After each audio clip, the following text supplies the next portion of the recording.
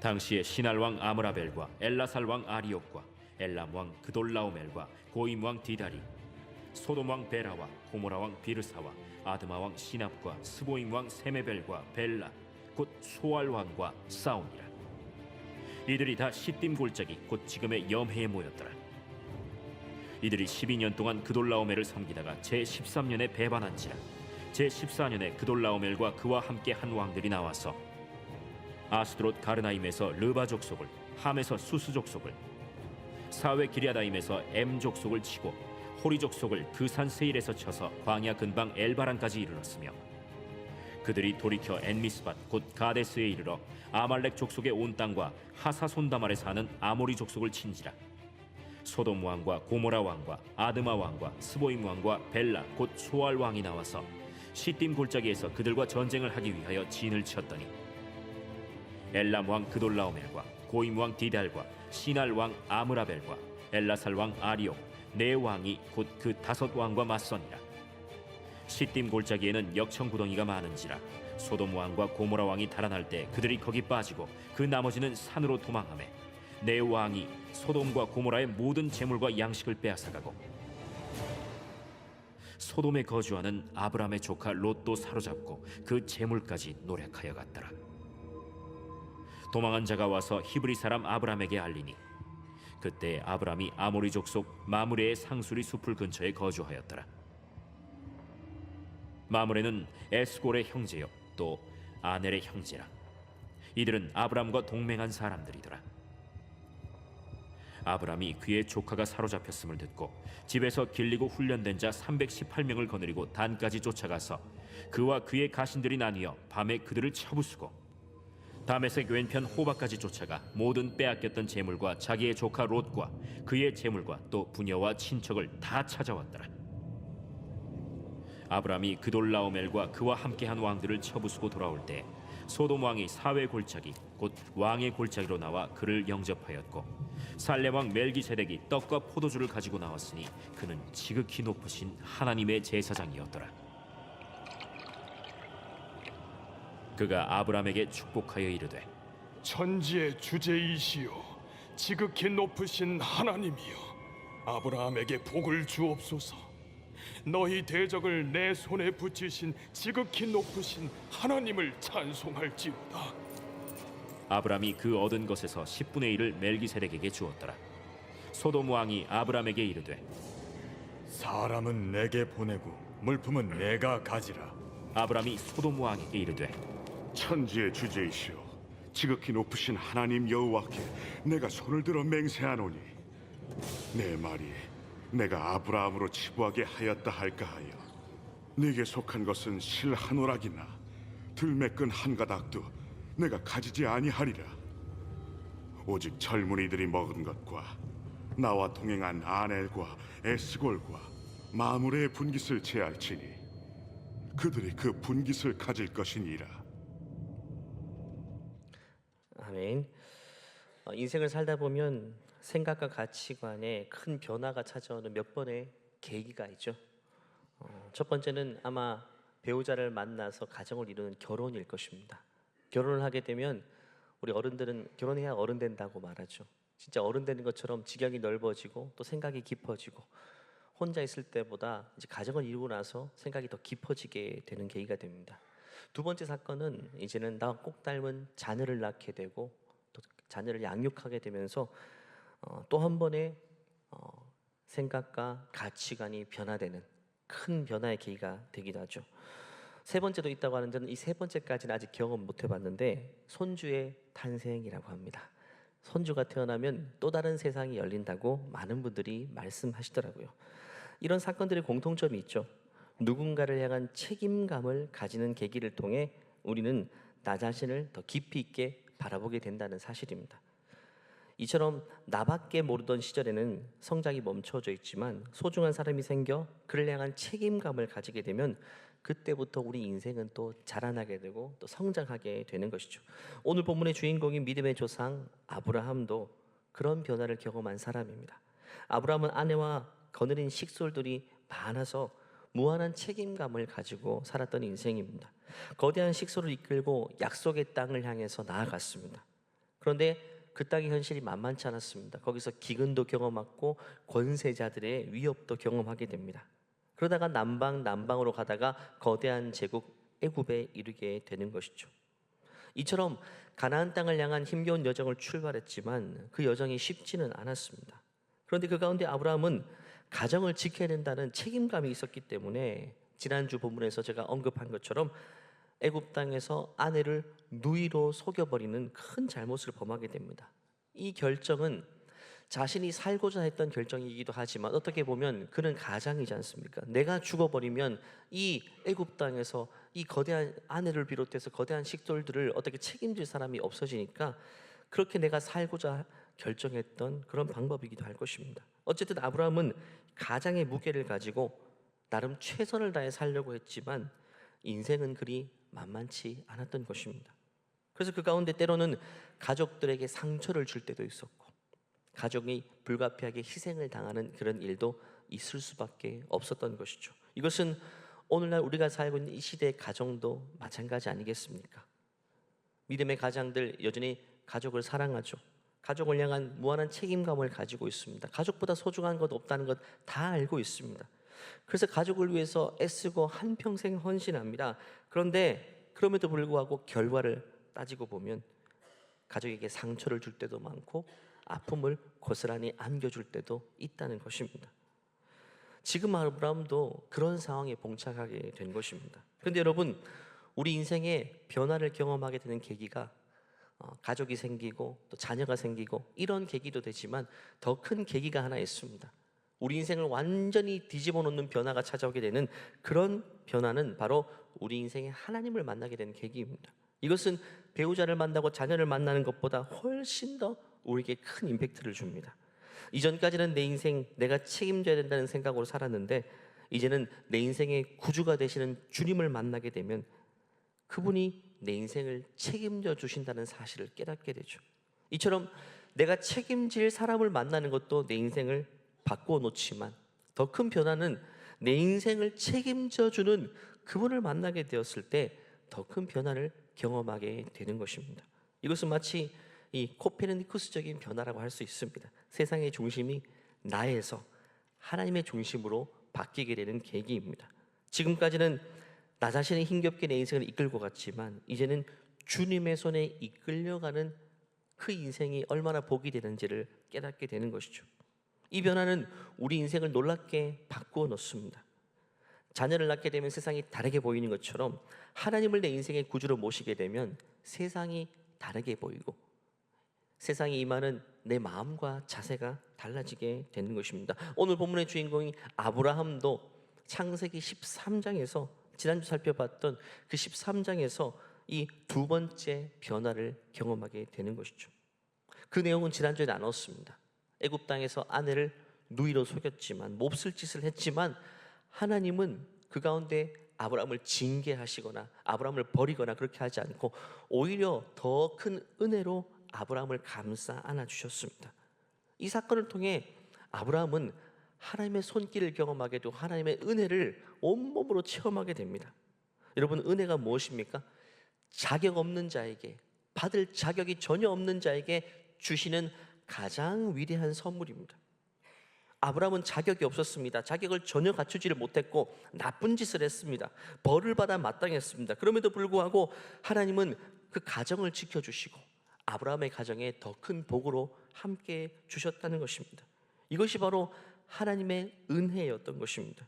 이 아브라함은 하나님의 은혜를 경험한 뒤에 인생에 큰 변화가 찾아오게 됩니다. 세상의 권세와는 비교할 수 없는 하나님의 큰 권세에 눈을 뜨게 됩니다. 세상 권세는 언제든지 나를 버려버리지만 하나님의 권세는 나를 버리지 않는다는 것입니다. 나를 변함없이 사랑해 주신다는 거죠. 이제 이 사실을 깨닫게 되니까 아브라함은 자유를 경험하게 됩니다. 그 전까지는 내가 내 가족을 부양해야 된다는 그 무거운 짐을 지고 어깨가 짓눌려 살았지만 그래서 어쩔 수 없이 거짓말도 하고 여러 가지 인간의 방법을 간구했지만 이제는 내 인생을 무한히 책임져 주시는 그 하나님의 손길을 경험하게 되니까 이제는 그 인생의 짐들을 내려놓게 되는 것입니다. 내가 가장이 아니라 하나님이 내 인생의 가장이었다는 사실을 깨닫게 되는 것이죠. 이제는 살 것 같아요. 그래서 아브라함은 지난주 조카 롯에게 멋있는 말을 했죠. 그게 13장 9절의 말이었는데 같이 읽어볼까요? 내 앞에 온 땅이 있지 아니하냐. 나를 떠나가냐. 내가 좌하면 나는 우하고 내가 우하면 나는 좌하리라. 이전까지 하나님의 은혜를 경험하지 못했을 때는 아브라함은 절대로 양보하는 인생이 아니었죠. 좋은 게 있으면 먼저 취하고 먼저 선택하고 먼저 쟁취하는 인생이었는데, 그래서 머리를 빠르게 굴렸죠. 그런데 하나님의 은혜를 경험하게 되니까 이제는 속도가 중요하지 않다는 사실을 깨닫게 됩니다. 그래서 조카 롯에게 먼저 선택권을 양보하고 네가 먼저 선택하라, 네가 먼저 좋은 땅을 선택하라. 왜냐하면 남보다 더디게 가더라도 하나님은 진짜 좋은 것을 나를 위해 챙겨놓고 계시다는 사실을 알았기 때문이죠. 그래서 하나님의 은혜를 아는 인생은 조바심 내지 않습니다. 하나님의 은혜를 체험한 인생은 내 인생의 길이 A인지 B인지 어떤 길인지 골몰하기보다 먼저 내가 지금 하나님과 동행하고 있는가, 내가 지금 하나님의 은혜를 가지고 살고 있는가, 이 사실이 그에게 중요한 것이죠. 그래서 어디로 가든지 하나님은 은혜를 아는 자의 발걸음을 복이 되게 하신다. 그래서 아브라함은 복의 근원이 된 것이고 믿음의 조상이 된 것입니다. 오늘 이 사건 다음에 오늘 읽은 14장 말씀은 배경이 조금 다르게 진행됩니다. 갑자기 상황이 전개되어서 그 당시 팔레스타인 지역에 있는 여러 왕들에 대해서 언급하고 있죠. 실명들을 언급합니다. 가나안 지역의 4개 나라와 메소포타미아 지역의 5개 나라가, 이 9개 나라가 서로 경쟁하고 있는 이 구도를 설명해 주고 있습니다. 근데 어디에나 대장 노릇하는 사람이 있는 것처럼 이 모든 도시 국가들 중에 그돌라 오멜이라는 한 사람이 절대 권력을 가지고 있어요. 그래서 다른 나라들에게 충성 맹세를 받고 조공을 받는 입장이 있습니다. 이 그돌라 오멜을 중심으로 이제 질서가 딱 잡혀 있던 그런 지역이었습니다. 고대 근동 지역이. 그런데 12년이 지났고 13년째 되던 날 이제는 다른 나라들이 힘을 합하여서 반란을 일으키게 되죠. 그들이 12년 동안 그돌라오멜을 섬기다가 제 13년에 배반한지라. 그래서 이 나라들이 그돌라오멜을 중심으로 한 4개 나라와 반란 세력의 5개 나라가 이제는 대립 구도에 놓이게 되고 서로 전쟁하는 그런 입장에 놓이게 됩니다. 그래서 이들 사이에 전쟁이 일어나는데 그돌라오멜과 그 동맹군들이 반란군들을 하나씩 제압하기 시작합니다. 그 과정 가운데 소돔 왕과 고모라 왕, 이 소돔과 고모라가 제압을 당하고 마침 소돔 땅에 있었던 아브라함의 조카 롯이 함께 그 가족들과 함께 사로잡혀 가서 지금 어려운 지경에 놓이게 되는 것입니다. 이게 10절부터 12절까지 말씀인데 같이 읽어볼까요? 시딤 골짜기에는 역청 구덩이가 많은지라 소돔 왕과 고모라 왕이 달아날 때에 그들이 거기 빠지고 그 나머지는 산으로 도망하매 내 왕이 소돔과 고모라의 모든 재물과 양식을 빼앗아가고 소돔에 거주하는 아브라함의 조카 롯도 사로잡고 그 재물까지 노력하여 갔더라. 지금 조카 아브라함은 이런 전쟁의 구도 가운데에 모든 것들 다 빼앗기고 맙니다. 자신의 생명, 재산, 가족들의 안위, 모든 것들이 다 그돌라오멜의 소나기에 빼앗기게 되죠. 그런데 성경이 왜 이런 도시 국가들 간의 패권 전쟁의 스토리를 아주 구체적으로 이야기하고 있을까요? 결국 이 한 사람을 이야기하고자, 이 한 사람이 처한 상황을 이야기하고자 장황하게 배경 설명을 하고 있는 것입니다. 그가 바로 아브라함의 조카 롯입니다. 롯은 삼촌이 먼저 땅을 선택하라고 제시했을 때 삼촌에게 양보하지 않고 눈에 보이는 좋은 것들을 먼저 쟁취한 인생이었습니다. 그런데 그 결과가 어떻게 되었습니까? 처음 몇 년간은 나름대로 승승장구했습니다. 좋은 땅에 갔으니까 비교적 좋은 환경에 살았을 것이고, 소돔이라는 아주 진보적이고 괜찮은 도시에 살았으니까 괜찮은 생활 수준을 자랑하고 살았을 것입니다. 그런데 오늘 본문 보니까 갑자기 전세가 바뀌어서 패권이 뒤바뀌게 되면서 그 전쟁에 휩쓸려서 그는 그동안 열심히 모아두었던 재산뿐만 아니고 가족들까지 다 사로잡혀서 한마디로 다 잃어버리는 지경까지, 길바닥에 닿는 그런 지경까지 가게 되는 것입니다. 성경은 이 사건을 통해서 2가지 메시지를 우리에게 주고 있어요. 첫 번째는 하나님의 은혜를 떠나 사는 인생의 결국입니다. 하나님의 은혜를 떠나 사는 인생, 결국 어떻게 될 것인지를 보여주고 있어요. 잘 풀리고 잘 되는 것 같아 보이지만 결국에는 스스로가 감당해낼 수 없는 지경까지 떨어질 때가 온다는 것입니다. 근데 2번째가 더 중요합니다. 하나님은 이렇게 길을 잃은 자기 백성을 반드시 다시금 찾으신다는 사실을 오늘 사건을 통해 보여주고 있습니다. 롯도 하나님의 백성이었습니다. 창세기 12장에 아브라함과 함께 약속의 땅을 향해서 믿음으로 나아갔던 조카였어요. 하지만 갈수록 점점 하나님의 손을 떠나서 자신이 인생의 주인 역할을 해서 스스로가 인생을 결정하다가 저리로 가버리고 결국 하나님의 품을 떠나 점점 멀리까지 가버리게 되는 것입니다. 그래서 이 롯은 믿음의 길을 이탈한 신자들의 전형적인 모습을 보여주는 캐릭터라고 할 수 있습니다.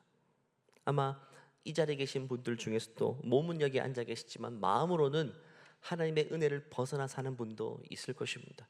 또 이 자리에 없지만 우리 믿음의 가정에도 믿음의 자녀들 가운데서도 과거에는 신앙생활을 했지만 지금은 하나님의 은혜의 손길을 벗어나서 스스로가 인생의 주체가 되어서 살고 있는 자녀들도 있을 것입니다. 롯이 그런 모든 사람들을 대표하는 하나의 캐릭터로서 성경은 소개하고 있는 것입니다. 그런데 그런 상황 가운데 있는 인생, 하나님이 어떻게 하시는가? 반드시 그냥 내버려 두지 않고 반드시 찾으신다는 것이 중요합니다. 이것이 바로 성경 전체를 통해 주시는 중요한 메시지입니다. 신약 성경에 예수님께서는 잃은 양의 비유를 통해서 예수님께서 이 땅에 오신 목적 자체가 잃어버린 양들을 위해서 오셨다, 잃어버린 우리 자녀들을 위해서 이 땅에 오셨다라고 말씀하십니다. 그렇기 때문에 우리는 반드시 사실을 기억해야 됩니다. 하나님은 반드시 한번 자신의 백성이 된 사람을 절대로 버리는 법이 없다는 사실을 말입니다. 교리로 따지면 이걸 성도의 견인교리라고 말합니다. 성도의 견인교리. 하나님의 백성, 그 가운데 길을 잃어버릴지라도, 스스로 엉뚱한 길을 갈지라도 반드시 하나님이 그를 끝까지 이끌어서 그 구원의 여정을 완성해 가신다는 사실, 이것이 성경 전체를 통해서 우리에게 주시는 중요한 메시지 중에 하나인 것입니다. 여러분, 이처럼 하나님이 우리를 찾으시는 분이시기 때문에 우리가 지금 이 자리에 앉아 있을 수 있는 것 아니겠습니까? 우리도 한때 다 하나님의 품을 떠나본 사람들 아닙니까? 저도 그랬었어요. 정말 한창 모태신앙으로 컸지만 방황기에는 교회를 다니지 않기로 막 가진 수를 다 써보기도 했고, 심지어 떠나본 적도 있고, 군대에서는 내가 작정하고 성경을 버리기로 결단하고 아예 그냥 등을 돌려버린 적도 있죠. 근데 만약에 하나님이 그때 그래 네 갈 길 가라고 끝냈으면 저는 이 자리에 있지 못하죠. 아마 이 자리가 텅텅 비어 있을 것입니다. 근데 하나님은요, 그럼에도 불구하고 우리를 끝까지 찾아오신다는 사실을 우리는 기억해야 돼요. 그렇기 때문에 우리가 지금 회복된 모습으로 이 자리에 앉아 있을 수 있는 것 아니겠습니까? 그렇기 때문에 지금 당장에 믿음의 자리에 떠나 있는 우리 자녀들을 바라볼 때, 또 우리 손주들을 바라볼 때, 우리 소중한 사람들을 바라볼 때 모든 것이 다 끝나버린 것처럼 생각해서는 안 된다는 것입니다. 하나님은 반드시 당신의 영혼을 반드시 끝까지 추적해서 찾아내시고 말 것입니다. 잃은 양을 찾아 나서는 그 목자의 마음 한번 보십시오. 포기를 모르는 분이죠. 그래서 하나님의 별명이 끈질긴 사랑의 추적자입니다. 아주 끈질긴 분입니다. 세상에서 제일 끈질긴 사람이 누구죠? 지구 끝까지 쫓아오는 사람이 사채업자들 아니겠습니까? 받을 것이 있으면 끝까지 쫓아가야죠. 근데 하나님은 그보다 훨씬 더한 분이십니다. 포기를 모르는 분입니다. 그 사랑을 알게 될 때까지, 그 은혜 안에 들어올 때까지 주님은 포기하지 않으십니다. 오늘 본문의 조카 롯은 하나님의 손을 떠나서 스스로 요단 평지를 선택했죠. 그것이 끝이 아닙니다. 그것을 시작으로 해서 점점 더 스스로가 선택하게 되니까 하나님의 품과는 점점 멀어지다가 마침 소돔 땅까지 가버립니다. 가지 말아야 될 곳까지 가게 되는 것이죠. 근데 마침 그 소돔의 전쟁이 일어나서 자신이 지금까지 모아두었던 소중한 가족과 재산들을 다 한순간에 잃어버리게 많은, 한마디로 빈털터리가 되는, 자신의 생명도 보장받지 못하는 상황까지 떨어지게 된 것입니다. 요즘 말로 따지면 하나님의 품을 떠났는데 한때는 사업이 잘 되고 하는 일들이 잘 되다가 하나 엉키기 시작하더니 망하기 시작해서 결국에는 사업도 망하고 가족들도 뿔뿔이 흩어지고 내 주에는 돈도 없고 사람도 없이 완전히 길바닥에 앉아 있는, 그래서 스스로 생명을 포기하고 싶을 정도의 밑바닥까지 떨어진 상황을 말하고 있는 것입니다. 당시에 무슨 보험이 있었겠습니까? 롯이 빼앗긴 것들을 누구도 찾을 사람이 없습니다. 보상받을 길도 없습니다. 그런데 놀랍게도 이 상황 가운데에 하나님은 롯을 찾아가십니다. 그리고 롯이 빼앗긴 모든 것들을 다 찾아오시는데 어떤 방식으로 일하시는가가 정말 중요합니다. 우리 14절부터 16절까지 한번 읽어볼까요? 시작. 아브라함이 그의 조카가 사로잡혀 있음을 듣고 집에서 길리고 훈련된 자 318명을 거느리고 단까지 쫓아가서 그와 그의 가신들이 나뉘어 밤에 그들을 쳐부수고 다메섹 왼편 호박까지 쫓아가 모든 빼앗겼던 재물과 자기의 조카 롯과 그의 재물과 또 부녀와 친척을 다 찾아왔더라. 누구를 통해 일하시는가? 바로 삼촌 아브라함을 통해서 일하시죠. 먼저 하나님의 은혜를 경험한 그 아브라함을 통해 은혜를 떠나 있는 롯에게 찾아가시는 방식을 취하시는 거죠. 아브라함은 어느 날 조카 롯의 상황을 듣게 됩니다. 일반적으로 이런 상황 가운데 있으면 어떻게 판단할까요? 조카는 참 괘씸한 조카 아니겠습니까? 삼촌이 아무리 먼저 선택하라 해도 덥석 좋은 땅을 선택하는 것은 도리에 어긋나는 것이죠. 그럼에도 불구하고 아브라함은 그 조카의 어려움에 빠진 상황을 괘씸하고 속으로는 잘됐다라고 생각하지 않고 내가 뭔가를 해야 되겠다라는 생각을 하게 됩니다. 그 아브라함의 마음은 일반적인 마음과 달랐던 것입니다. 그 이유는 한 가지입니다. 하나님의 은혜를 경험했기 때문에 그렇습니다. 일반적으로 모든 상황에서는 이 상황은 마땅히 롯이 선택한 길이기 때문에 이거는 당연히 응당받아야 될 대가를 치르는 것이라고 마땅하다고 생각할 겁니다. 마치 탕자의 집안의 장자가 탕자를 어떻게 바라봤죠? 자기 동생은 아버지 재산을 다 탕진해서 스스로 잃어버렸기 때문에 너는 그렇게 고생해서 마땅하다고 생각했어요. 그와 마찬가지로 대부분 그런 생각을 하고 말 것인데 아브라함은 그런 상황 가운데 현실을 다르게 보기 시작합니다. 하나님의 은혜를 경험한 사람은 항상 세상 사람과 다른 생각을 품게 되는 것이죠. 지난주 살펴본 것처럼 아브라함도 하나님 앞에 범죄한 때가 있었죠. 그런데 그럼에도 불구하고 하나님이 그 넓은 품 안에 그를 안아주시고 하나도 잃어버리지 않고 오히려 모든 것들을 다 되찾아 주시고 더 많이 주신 것처럼 그 은혜를 경험한 아브라함이 은혜를 잃어버린 롯을 향해서 이제는 은혜를 흘려보내주기로 결심하게 된 것입니다. 이처럼 은혜를 경험한 인생은 또 다른 인생에게 은혜를 베풀며 살게 됩니다. 반대로 은혜를 떠나 있는 인생은 결국 은혜를 간직하고 있는 사람을 통해 다시금 은혜 안으로 들어오게 되는 것입니다. 오늘 아브라함을 통해서 롯을 구원한 이 사건을 통해 성경은 그 메시지를 우리에게 주고 있는 것입니다. 지금 여러분 가운데 하나님의 은혜를 떠나 있는 사람이 있습니까?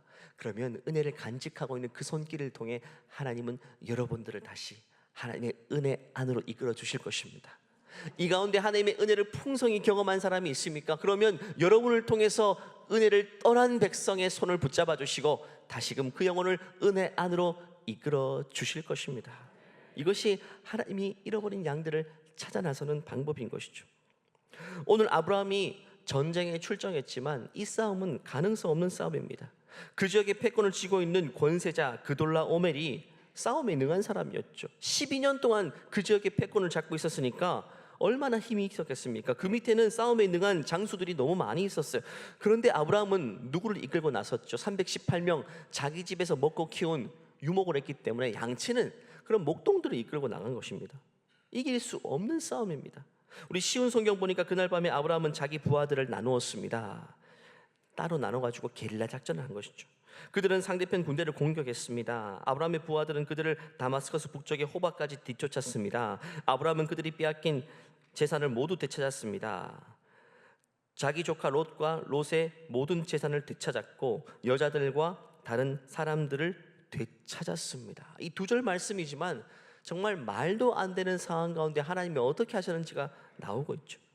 가능성 없는 싸움, 전략도 전술도 미비했지만 그럼에도 불구하고 이 싸움을 승리로 이끌어 주신 분은 바로 하나님이셨다는 것을 성경은 말해주고 있는 것이죠. 왜 하나님께서 정말 가능성 없는 싸움을 이기게 하셨을까요? 그것은 바로 아브라함이 이 전쟁을 싸운 목적 때문입니다. 아브라함이 왜 그런 수고를 감수했는가? 왜 이 싸움에 출정했는가? 그 목적이 하나님 앞에 너무 선한 목적이었기 때문에 하나님은 그 손을 들어주신 것입니다. 지금 조카 롯에게 하나님의 은혜가 없다는 사실, 그래서 은혜가 필요하다는 사실을 알고 아브라함은 자신의 것을 다 잃어버릴 수 있지만 그럼에도 불구하고 그 은혜를 나눠주기로 결정하고 전쟁에 참여한 것입니다. 우리가 세상 살아갈 때 마찬가지입니다. 이 목적을 가지고 뭔가를 위해서 헌신하고 우리가 희생한다면 하나님은 그것을 통해서 반드시 승리로 이끌어 주신다는 사실을 기억해야 돼요. 누군가를 위해서 내 은혜를 흘려보내기 위해서 뭔가를 하죠. 그 프로젝트는 하나님이 반드시 도우십니다. 그 목적이 너무 고귀한 것이기 때문에 하나님은 그 목적 가운데 돕는 손길로 함께 하신다는 사실이죠. 내가 지금 사업을 하고 있어요. 사업이 어려움에 빠진 영혼이 있는데 그가 하나님의 품을 떠나 있는 사람입니다. 그러면 사업적으로 내 출혈과 희생이 있을지라도 내가 그를 도와주기로 결심하죠. 그 과정을 통해서 하나님 반드시 돕는 은혜를 주셔서 나도 잃어버린 것이 없게 하시고 그도 회복하게 하신다는 사실입니다. 중요한 것은 사업이 일어나는 게 중요한 것이 아니라 이 과정을 통해서 그가 하나님의 은혜를 알게 된다는 것이 너무너무 소중한 것이죠. 실제로 일부 예배 때도 예를 들었는데요, 우리 교우들 가운데에 사업이 너무 힘들었을 때 이야기를 제가 들은 적이 있는데, 지금 대출 받을 길이 없어요. 대출을 받아야 되는데 지금 이 상황에 대출해 줄 은행이 없는데 평소에 알고 지냈던 그 은행 지점의 대출 파트를 찾아갔는데 평소에 대출을 해주던 그분이 믿음의 사람이었고 내 어려운 신세를 알고 난 다음에 본인의 위험을 감수하고 본인이 보장을 하고 그 대출 심사를 받게 해서 통과하게 해서 결국 그 대출금으로 인해서 그 사업이 다시금 회복되어서 일어나 지금까지 잘 이루어지고 있어요. 근데 그 사건을 통해서 결국에는 이 교우분이 하나님의 은혜를 보게 되었다는 것이죠. 야, 하나님의 부지 중에 나하고 그렇게 가까운 사이도 아니었는데 그분의 도움을 통해서, 그분은 믿음의 신실한 분이었어요. 아브라함과 롯과 관계 같은 것이죠. 하나님의 큰 은혜를 그런 일련의 과정을 통해서 알게 되었다는 사실, 결국 어느 하나도 잃은 것이 없게 주님이 만들어주시고 이 일을 통해서 하나님의 이름만이 높임을 받게 된 것입니다. 저는 이 자리에 계신 모든 지구촌 교우들의 손길을 통해 하나님의 은혜가 이렇게 곳곳으로 흘러가게 되기를 간절히 축원합니다. 이처럼 하나님을 떠나 스스로 위기에 빠진 조카 롯은 삼촌의 헌신적인 도움을 통해 구사일생을 경험하게 되죠. 비단 아브라함이 롯과 그 가족의 생명만을 구해준 게 아닙니다. 이 일을 통해서 더 큰 걸 경험하게 돼요. 삼촌의 그 모습을 통해 하나님의 은혜를 보게 된 겁니다.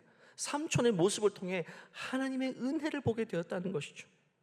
아브라함이 전쟁에 참여하기로 결정하고 출정했을 때 두 가지 의미를 담고 있죠. 우리가 누군가에게 은혜를 베풀기 위해서는 이 두 가지 사실을 기억해야 돼요. 첫 번째는 내 모든 것을 올인한 헌신이었죠. 전부를 헌신했습니다.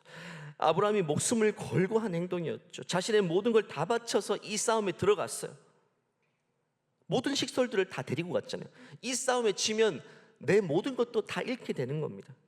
우리가 누군가에게 은혜를 베풀고 은혜를 나누어 줄 때에 이 정도의 마음의 자세가 필요하다는 거죠.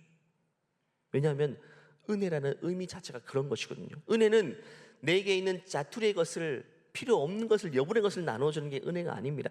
은혜는 자격 없는 자에게 가장 좋은 것을 주는 게 은혜입니다. 하나님께서 우리에게 은혜 베푸실 때 자신의 독생자, 가장 소중한 분을 내어주셨잖아요. 그걸 통해서 은혜가 무엇인지를 우리에게 이야기하고 은혜가 어떻게 흘러갈 수 있는지를 우리에게 이야기하고 있는 것입니다. 은혜가 은혜로 작용하기 위해서는 반드시 우리에게 있는 소중한 것을 내어줘야 돼요. 여분의 것이 아닙니다. 나 자신의 희생을 감수하고서라도 이 은혜가 흘러가야 되기 때문에 우리가 뭔가를 모험을 감행할 수 있어야 돼요. 그렇다고 여러분 오늘 말씀을 적용할 때 친구를 위해서 빚 보증을 해주란 말은 절대 아닙니다. 보증은 절대 아닙니다. 그건 왜? 그걸 통해 마귀가 틈타는 거기 때문에.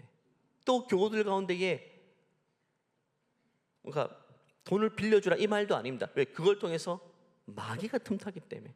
제가 말씀드리는 것은 어떤 구체적인 사례로 말씀드리지 못하지만 기도하는 가운데에 하나님이 어떤 사인해 주실 때에 때로는 그런 모험이 필요하다는 사실을 말씀드리고 있는 것입니다. 중요한 것은 그러한 과정 가운데서도 반드시 하나님은 잃어버리는 것이 없게 하신다.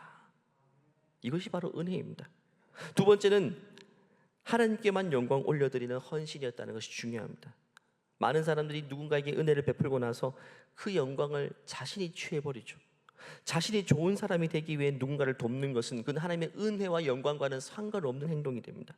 아브라함 행위를 보십시오. 소돔 왕이 아브라함에게 감사 표시를 했죠. 나를 위해 전쟁에 참여해 주었으니까 우리 사람만 돌려주고 우리 재산, 빼앗긴 재산들은 당신이 다 가져가십시오. 이게 감사의 표현입니다 라고 했는데 아브라함은 선을 확실히 긋죠.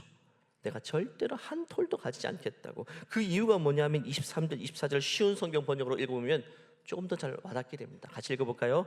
나는 당신의 것은 아무것도 가지지 않겠습니다.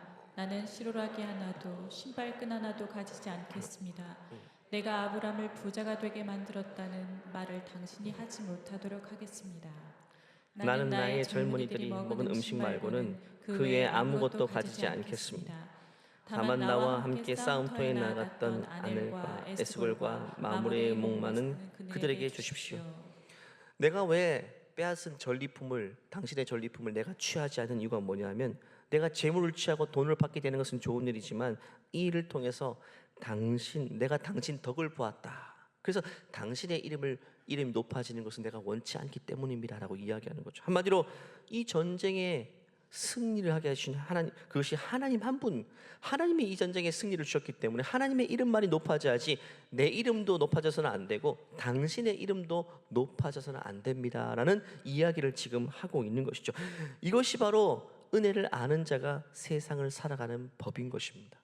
한번 생각해 보십시오. 만약에 이 전쟁을 통해서 아브라함이 큰 재산을 취했습니다. 전리품을 자신이 취했어. 이건 마땅한 바입니다. 취해도 상관없습니다. 취했다면 조카 롯은 그 삼촌 아브라함을 통해 보면서 뭘 생각했을까요? 이게 은혜라고 생각했을까요? 아닐 것입니다.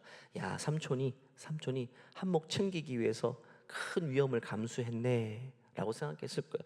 그 가운데 롯은 하나님의 은혜가 무엇인지를 절대 깨닫지 못했을 거예요. 그런데 이 지금 삼촌의 모습을 보니까 대가 없는 싸움을 하고 있죠. 나 하나 구원하기 위해서 나는 자격 없는데 삼촌에게 몹쓸 짓을 했는데 정말 자격 없는 나를 위해서 자기의 모든 것을 희생해서 전쟁에 참여해 주었고 그 결과물을 자신이 취하지 않고 하나님께만 올리는 모습을 볼 때 야, 이것은 비단 내가 삼촌에게 은혜를 입은 정도가 아닌 하나님의 은혜가 삼촌에게 흘러갔고 삼촌을 통해서 내게까지 하나님의 은혜가 흘러왔다는 사실을 여러분 깨닫게 되는 것입니다. 이것이 너무너무 중요한 믿음의 원리, 은혜의 원리인 것입니다. 결국 이 아브라함의 모습을 통해 조카 롯도 하나님의 은혜에 눈을 뜨게 됩니다. 결국 하나님은 아브라함을 통해 롯을 부르셨고 아브라함의 걸음 자체가 롯에게는 눈에 보이지 않는 하나님의 은혜를 눈에 보이는 은혜로 확인하게 되는 그런 영적인 계기가 된 것입니다. 이후로도 이제 롯은 하나님의 은혜를 깨닫게 되었으니까 소돔으로 돌아가긴 돌아갑니다. 하지만 창세기 19장 말씀 보니까 그 소돔 땅에서도 롯은 다른 사람들과는 좀 다르게 살았어요. 은혜를 아는 자로서. 그래서 하나님이 심판하기로 멸망으로 작정했을 때 천사들을 자신의 집에 영접하게 됐죠. 그리고 그 일을 통해서 하나님은 롯과 그 가정을 구원해 주시는 놀라운 구원 사역을 이루시게 되는 것입니다. 저는 이 자리에 계신 우리 모든 교우들을 통해서 이런 일들이 계속해서 나타나기를 바랍니다. 먼저 은혜를 경험한 우리를 통해서 첫 번째로는 가장 소중한 우리 자녀들이죠. 부모를 통해 믿지 않는 자녀들에게 하나님의 은혜가 맨 먼저 흘러가게 되기를 간절히 축원합니다. 자녀들이 살아가는 세상은요, 은혜가 뭔지 모르는 세상이죠. 은혜가 어디 있습니까? 다 눈에 보이는 좋은 것들을 자신이 먼저 쟁취하는 그런 시대를 살아가고 있는데 우리 자녀가 우리 엄마 아빠의 모습을 통해서 하나님의 은혜가 무엇인지를 보게 된다면 우리 자녀도 그 은혜 가운데 들어오지 않게 될까요? 자녀뿐만 아니고 우리 주위에 우리가 만나는 소중한 사람들이 있죠. 그분들에게 우리의 삶을 통해서 은혜가 거기까지 흘러들어가서 영원 구원의 열매가 맺혀지기를 간절히 축원합니다. 말씀을 마무리하겠습니다. 오늘 읽은 14장의 18절 말씀 보니까 중요한 인물 한 분이 등장합니다. 이제 전쟁에 이기고 돌아왔을 때 살렘 왕 멜기세덱, 샬롬의 왕입니다. 이 나라 이름도 독특하죠. 멜기세덱, 이 떡과 포도주를 가지고 나와서 그는 지극히 높으신 하나님의 제사장이었다라고 이야기합니다. 갑자기 이 인물을 소개하고 있죠. 히브리서 신약성경 히브리서 말씀을 보니까 이 살렘 왕 멜기세덱은 예수님을 예표로 보여주는 인물이라고 이야기하고 있습니다. 영원한 대제사장과 중보자 되신 예수님의 모형으로서 이 살렘 왕 멜기세덱이 등장했다라고 이야기합니다. 결국 멜기세덱이요, 전쟁을 치르고 온 아브라함에게 축복해 줬습니다. 왜? 너무너무 기뻐서. 네가 한 행동은 너무너무 잘한 행동이고 하나님이 기뻐하시는 행위라고 말이죠. 마찬가지로 오늘날 예수님이 동일하게 이 아브라함과 같이 누군가에게 내 소중한 것들을 나눠주며 은혜로 섬기기를 원하는 우리 인생, 예수님께서 가장 기뻐 받으시고 가장 놀랍게 축복하시는 그 일이란 사실을 오늘 말씀을 통해서 결론적으로 우리에게 이야기하고 있는 것입니다. 바쁘게 사는 현대사회 속에서 우리가 할 수 있는 가장 소중한 일이 무엇일까요? 가장 소중한 일. 우리가 이 한 가지만 하고 이 세상을 떠야 된다면 어떤 일을 하고 이 세상을 마무리하기를 원하십니까? 오늘 그 일을 우리에게 소개하고 있는데 그것은 바로 하나님의 은혜를 누군가에게 흘려 보내주고 가는 일이 가장 가치 있고 가장 소중한 일인 것입니다. 우리 주위를 돌아보십시오. 하나님께 돌아와야 될 백성들이 얼마나 많이 있습니까? 그들이 돌아오지 못하고 있는 이유는 은혜를 보지 못했기 때문입니다. 하나님은 우리를 통해서 그 은혜를 그들에게 보여주기를 원하신다는 사실입니다. 우리 상류에서 하류로 흘러가듯이 우리 스스로가 먼저 은혜의 수위를 높여가서 우리로부터 그 은혜가 밑으로 은혜가 메마르고 고갈된 저 메마른 땅까지 흘러가서 영혼 구원의 열매가 맺혀지기를 간절히 축원합니다. 함께 이를 위해서 기도할까요? 이 시간 기도할 때에 지금 은혜에서 떠나 있는 영혼들 있죠. 많은 분들이 자녀의 모습을 보고 마음 아파할 것입니다. 지금 자녀가 살고 있는 모습 보면 언제 하나님께로 돌아올까? 지금 하고 있는 말과 행동을 보면 야, 저렇게 말하고 저렇게 행동해서는 안 되는데 하나님이 살아계신데 왜 우리 자녀만큼은 하나님의 은혜를 모르고 살고 있을까라고 마음 아픔 가운데 살고 있는 분도 있을 것입니다. 이 시간 기도할 때 은혜에 떠나 있는 우리 소중한 자녀들을 비롯해서 소중한 분들을 머릿속에 떠올리시면서 하나님, 나를 통해 은혜가 우리 자녀에게까지 그 소중한 분들에게까지 흘러가게 도와주시옵소서. 또 내가 아니더라도 우리 자녀가 있는 그 근방에 있는 관계 맺고 있는 소중한 분들 가운데에 하나님의 은혜를 알고 있는 아브라함과 같은 사람을 통해서 그 은혜가 우리 자녀 인생 가운데 흘러갈 수 있도록, 그리하여서 우리 자녀가 은혜 가운데 돌아올 수 있도록 은혜를 베풀어 달라고 이 시간 주여 한번 외치고 기도하시겠습니다. 하나님 아버지, 하나님 아버지, 하나님의 은혜가 흘러 들어가기를 원합니다. 우리에게 먼저 하나님의 은혜를 주셔서 감사합니다. 우리에게 먼저 하나님의 은혜를 보여주셔서 감사합니다. 우리에게 먼저 하나님의 은혜를 알게 하셔서 감사합니다. 우리를 통해서 그 은혜가 끊임없이 흘러가게 하신 것을 감사합니다. 은혜의 수를 높여갈 수 있도록 도와주시옵소서. 하나님, 우리에게 다시 은혜를 경험시켜 주셔서 그 은혜를 망설임 없이 나누고 살아가게 도와주시옵소서. 하나님 아버지, 우리를 통해 누구를 보내기를 원하십니까? 우리를 통해서 누구를 보내기를 원하십니까? 우리를 통해서 자격 없는 자에게 대국민 자에게 하나님 없는 소중한 것들을 흘려보내주시기를 원합니다. 주님, 이래 우리가 사용되기를 원합니다. 쓰임받기를 원합니다. 하나님 도와주시고 함께해 주시옵소서. 하나님 도와주시옵소서. 하나님 은혜를 역사해 주시옵소서. 하나님, 우리의 가정과 우리 자녀들에게 그 은혜를 여전히 전해줄 수 있는 내가 될 수 있도록 하나님 아버지 인도하여 주시옵소서. 하나님, 우리를 먼저 은혜의 자리에 초대해 주셔서 감사합니다. 하나님의 은혜를 보게 하시고 깨닫게 하셔서 은혜의 장중에 우리를 붙들어 주셔서 감사합니다.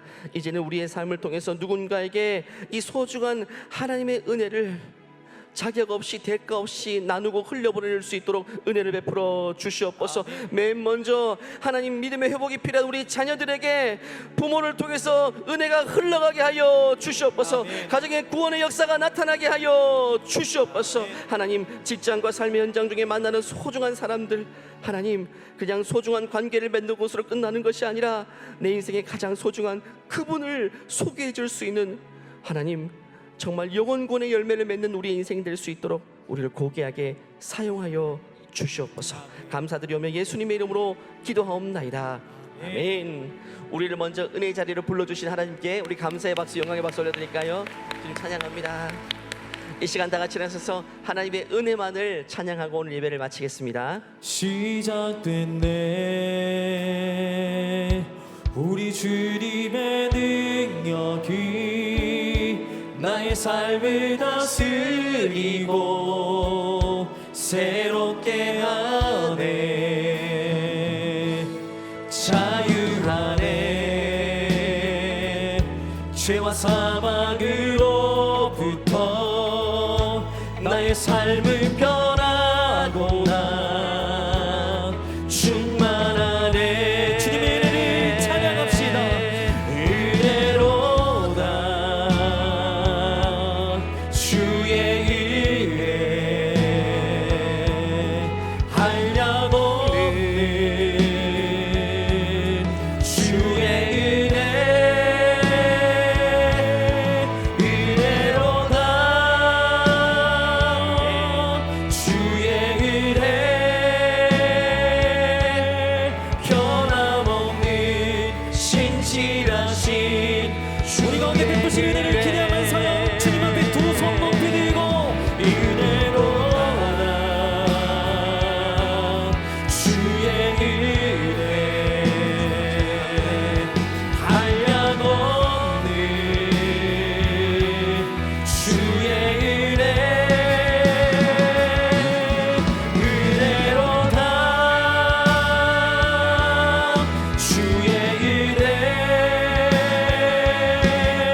변함없는 신실하신 주의 은혜 변함없는 신실하신 주의 은혜 변함없는 신실하신 주의 은혜. 우리에게 한결같이 은혜 베푸신 하나님께 영광의 박수 올려드리겠습니다. 하나님의 은혜를 찬양합니다. 조건 없는 자격 없이 우리에게 은혜 베푸신 하나님의 손길을 찬양합니다. 주님 감사합니다. 이제는 우리 주 예수 그리스도의 은혜와 하나님의 원하시는 사랑과 우리 안에 내주하시는 성령의 교통하심이 이제는 그 어떤 자격도 따지지 않고 어떤 조건도 따지지 않고 내게 있는 하나님의 은혜를 누군가에게 흘려보내기를 소원하는 모든 하나님의 백성 위에 또 우리 믿음의 가정 위에 이로부터 영원토록 함께 하시기를 간절히 축원하옵나이다. 아멘. 주님